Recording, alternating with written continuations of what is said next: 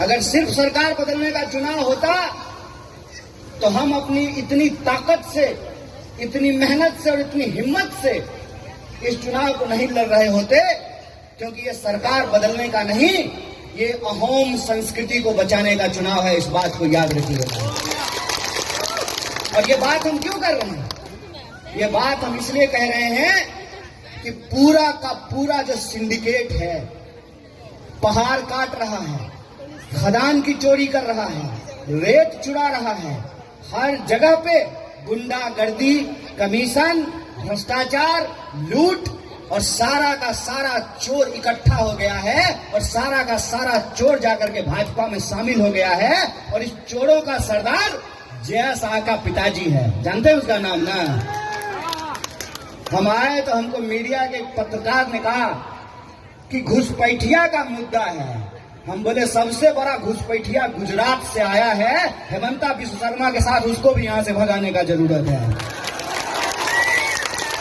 हमारे गांव के लोग, हमारे जिले के लोग बोगाई गांव में काम करते हैं, लेकिन फिर भी हम आपको कहते हैं कि बोगाई गांव की चीजों पर, आसाम की संपत्ति पर आसाम के लोगों का पहला हक है और उसका हम समर्थन करते हैं। कांग्रेस पार्टी समर्थन करती है। तो फोटो शूट कराने के लिए नहीं पहनते हैं, रील बनाने के लिए नहीं पहनते हैं। ये गमछा जब हम अपने कंधे पे डालते हैं तो गांधी की तरह जब प्रतिज्ञा लेते हैं कि जान चली जाए तो चली जाए, जैसे गांधी ने अंग्रेजों से समझौता नहीं किया था, हम इस देश के संविधान को मिटने नहीं देंगे, इन चोरों के साथ कोई समझौता नहीं करेंगे। और राजवंशी लोगों का जो हक है, उनका जो स्टेटस है एसटी का, उसको दिलाने का काम कांग्रेस पार्टी करेगी। हम ये संकल्प लेते हैं। और बात सिर्फ एक जाति का नहीं है, बात सिर्फ एक जनजाति का नहीं है, बात इस देश में रहने वाले 140 करोड़ लोगों का है। बात आसाम में रहने वाली हर वो अहोमी जनता का है जिसकी अपनी पहचान है, जिसकी अपनी संस्कृति है। आज चुनाव में आकर के हेमंता बिश्व शर्मा को जय अहोम याद आ रहा है।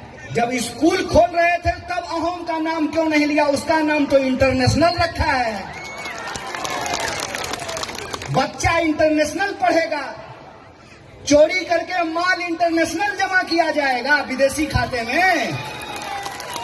और विदेश में जुबिन दा की मौत हुई तो उनको अभी तक न्याय नहीं दिलाया गया है।